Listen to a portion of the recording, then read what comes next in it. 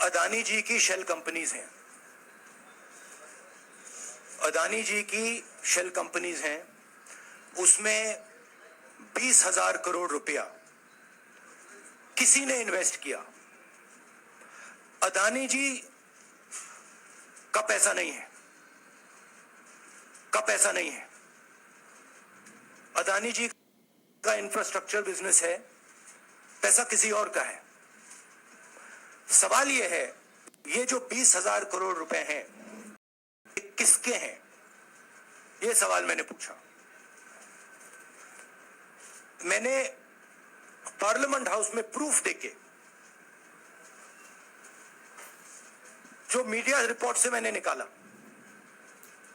अदानी जी और नरेंद्र मोदी जी के रिश्ते के बारे में डिटेल में बोला। रिश्ता नया नहीं है, रिश्ता पुराना है। जब नरेंद्र मोदी जी गुजरात के सीएम बने थे, तब से रिश्ता है, और उसके बहुत सारे पब्लिक प्रूफ्स हैं। हवाई जहाज में मैंने फोटो दिखाई, नरेंद्र मोदी जी बड़े कंफर्ट में बैठे हुए थे अपने दोस्त, अपने मित्र के साथ। पार्लियामेंट में मैंने दिखाई। यह सवाल मैंने पूछा। फिर मेरी स्पीच को एक्सपंज किया गया। मैंने स्पीकर को डिटेल चिट्ठी लिखी, पॉइंट बाय पॉइंट, कि मैंने कहा कि एयरपोर्ट्स अदानी जी को रूल बदल के दिए गए हैं। ये लीजिए रूल की कॉपी, उसको बदला गया है। चिट्ठी लिखी, कोई फर्क नहीं पड़ा। फिर मेरे बारे में मंत्रियों ने पार्लियामेंट में झूठ बोला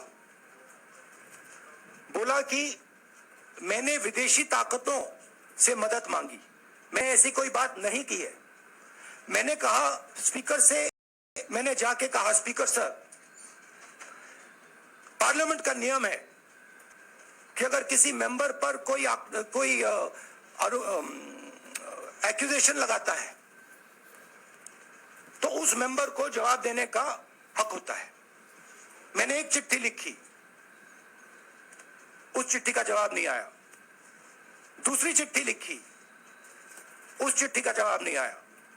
फिर मैं स्पीकर के चेंबर में गया। मैंने स्पीकर सर से कहा, स्पीकर सर, ये कानून है, ये रूल है, इन्होंने झूठा आरोप लगाया है, मुझे आप बोलने क्यों नहीं दे रहे हैं? स्पीकर सर मुस्कुराते हैं, कहते मैं नहीं कर सकता। और फिर उसके बाद आपने सबने देखा क्या हुआ। सवाल पूछना मैं बंद नहीं करूंगा।